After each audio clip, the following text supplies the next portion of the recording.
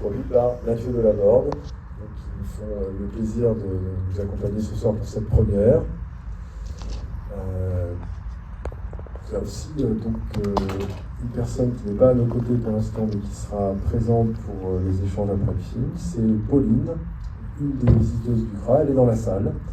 Et donc, je vais parler d'échanges après le film. Bien sûr, je vous invite à rester avec nous après la projection pour discuter. Donc, avec une très belle fille réalisatrice, Mathieu Delaborde, le producteur. Je ne me suis pas présenté, Philippe Elus, le distributeur du film.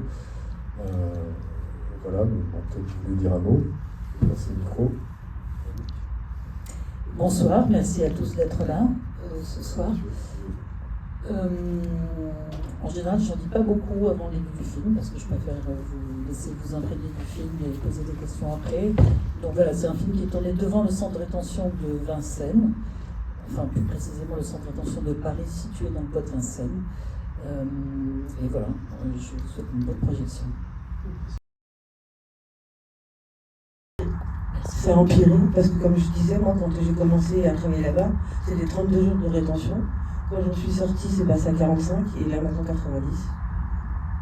Et il nous avait dit aussi quand j'ai en visite que le taux de suicide, tout ça, ça avait baissé, mais en fait, non, c'est pire en pire. Avant, il y avait un médecin qui les suivait, maintenant, c'est une infirmière qui donne des médicaments. Et on ne vérifie pas qu'ils les prennent sur place, non, ils peuvent les accumuler et en prendre 10 d'un coup, comme le petit jeune qu'on a vu qui s'est suicidé. Donc non, c'est aberrant, c'est pire en pire. Et tu me disais aussi, avant même de te retrouver visiteuse, donc de voir l'autre côté, toi, ce que tu ressentais quand tu travaillais là-bas en tant qu'agent GEPSA? En tant qu'agent GEPSA, j'étais bien quand il y avait l'équipe 2, parce qu'ils étaient assez bons vivants, tout ça, mais l'équipe A, elle, par contre, était très raciste et c'était dur. Il y avait beaucoup de bagarres, beaucoup de rixes à l'intérieur, de gens qui se mutilaient aussi. Enfin, c'était assez dur d'évoluer dans ce milieu-là. Tu en parles d'ailleurs, tu as trouvé plusieurs fois des corps. 2 fois. Quand j'amenais un nouveau détenu dans une chambre, ça m'avait 2 fois de trouver un cadavre et faire appel à la police, qui fait appel au médecin. C'était assez dur. C'était des suicides. Par lame de rasoir et pendaison.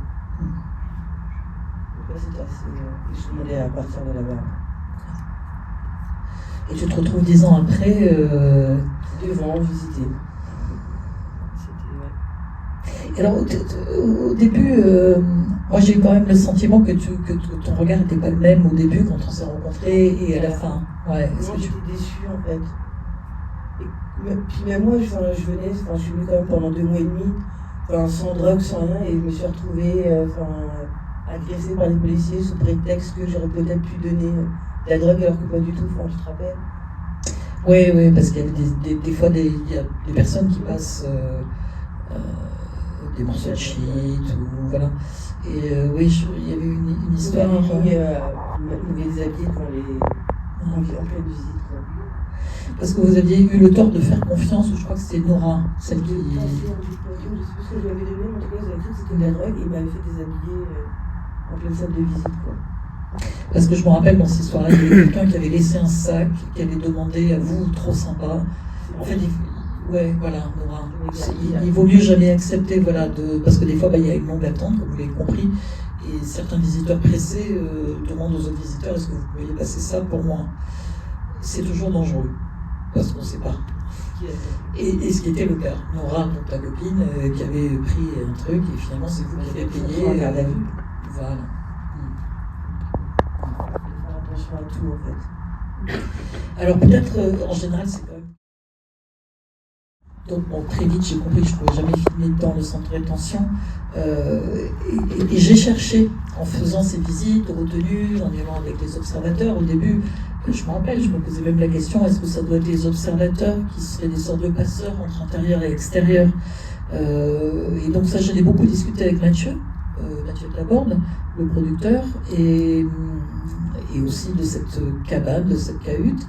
Et c'est vraiment Mathieu qui m'a poussé à tenter d'y aller avec une caméra dans la cabane, voir comment ça se passait, comment les visiteurs réagiraient, comment les policiers réagiraient. Donc il y avait double enjeu. Et bon, finalement, ça c'est... comme je vous l'ai dit, ça répondait très positivement du côté des visiteurs, qui étaient plutôt contents de se saisir du dispositif, et les policiers, ma foi, tant qu'on les filmait pas, ça les dérangeait pas. Même, je peux même quand même dire qu'une fois, c'est arrivé qu'une fois, mais ça arrivé une fois, un policier est venu de mon côté, c'est-à-dire du côté des visiteurs, du côté de la cabane, pour me dire que c'était bien ce qu'on faisait. Non, mais ça vaut le coup de le dire, quand même. Donc, voilà. Donc, alors, voilà, c'est comme ça, et on a vu que ça fonctionnait, qu'on pouvait filmer là, et on a cherché, bien entendu, on a réfléchi aux alentours, comment on allait les mettre en scène, comment on allait montrer par petites touches les centres d'attention, ça s'est réfléchi, construit petit à petit. Donc, je me suis pas dit, tiens, je vais faire un film sur le centre d'attention comme ça. C'est par la contrainte, c'est souvent comme ça, la contrainte nous oblige à être créatifs. Et donc, par la contrainte, on a cherché comment raconter ça et on a trouvé ce dispositif-là. Et ce titre magnifique. Pardon ? Et ce titre magnifique. Et ce titre magnifique, merci. Devant, encore Mathieu, le titre. Mathieu, il va falloir qu'il se lève, parce que j'arrête pas d'en parler. Personne, tout le monde entend parler de toi et on ne s'est pas quitté. En plus, il est très grand dès qu'il se lève, il se dit qui.